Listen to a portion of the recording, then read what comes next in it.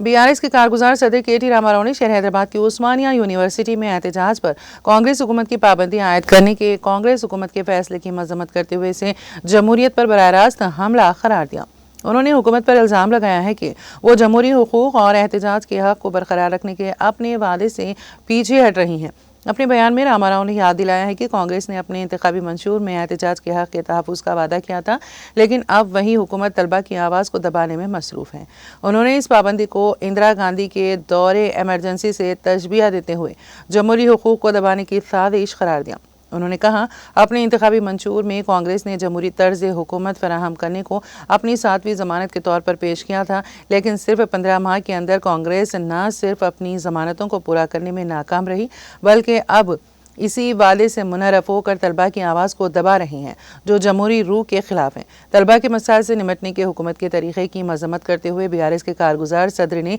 हालिया वाक़यात का हवाला दिया, जहाँ होटल के खाने में कीड़े और ब्लेड पाए गए, जो हुकूमत की संगीन गफलत का वाज़ह सबूत है। उन्होंने कहा कि मसाइल को हल करने के बजाय हुकूमत तलबा के खिलाफ आमिराना इक़दामात कर रही है।